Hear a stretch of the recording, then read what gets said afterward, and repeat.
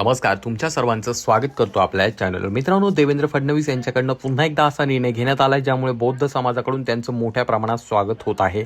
त्यांनी जो निर्णय घेतला तो थेट गौतम बुद्धांची ती प्रतिकृती ते उभारणार आहेत जी गेल्या काही वर्षापूर्वी म्हणजे जवळपास 25 वर्षापूर्वी अफगाणिस्तानमधील काही आतंकवाद्यांनी नक्षलवाद्यांनी बॉम्ब लावून उडवली होती। ती मूर्ती जे आहे पुन्हा एकदा उभारण्याचं काम जे आहे देवेंद्र फडणवीस हे करणार आहे। तर संपूर्ण माहिती आपण पाहणार आहोत, परंतु तत्पूर्वी तुम्हाला विनंती असेल आपल्या चॅनलवरती तुम्ही जर नवीन असाल तर चॅनलला नक्कीच सबस्क्राईब करा।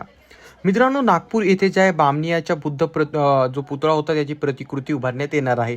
अफगाणिस्तानातील बामियांच्या गौतम बुद्धांच्या पुतळ्याचा विध्वंस करून आज जवळपास 25 वर्ष होत आलेले आहे।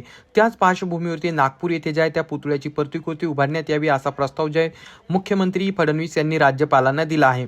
नागपूर शहर डॉक्टर बाबासाहेब आंबेडकर बौद्ध धर्म स्वीकारून पुनरुज्जीवन घडवून आणलेलं ऐतिहासिक ठिकाण आहे।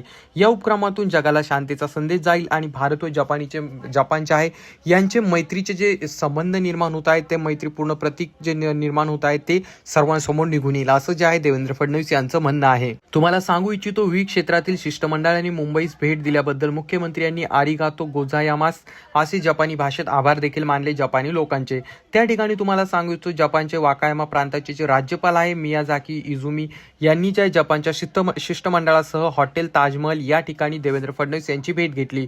महाराष्ट्र विधानसभेचे अध्यक्ष असणारे राहुल नार्वेकर, जपानचे मुंबईतील महावाणिज्य यागी कोजी आणि वाकायामा विधानसभेचे उपाध्यक्ष आकिझुकी फुमिनारी हे जे आहेत यांच्यासह जपानचं अनेक शिष्टमंडळ त्या ठिकाणी आलं होतं। सांस्कृतिक, क्रीडा, उद्योग आदी विविध क्षेत्रांचे प्रतिनिधी देखील त्यावेळी उपस्थित होते। तर मित्रांनो, यामध्ये सर्वात महत्त्वाची आणि मोठी गोष्ट अशी घडताना दिसत आहे की ज्या पुतळ्याला जे आहे काय आतंकवाद्यांनी नक्षलवाद्यांनी मिटवले होते त्या पुतळ्याला पुन्हा निर्माण करण्याचं काम जे आहे देवेंद्र फडणवीस यांच्याकडनं केलं जात आहे।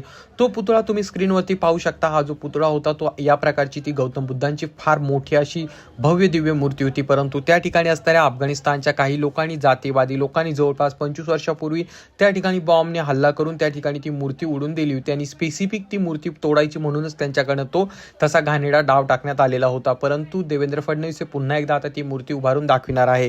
तरी तुम्हाला याबाबत काय वाटतं खाली कॉमेंट करून सांगा। चॅनलवरती नवीन असाल तर चॅनलला नक्कीच सबस्क्राईब करा।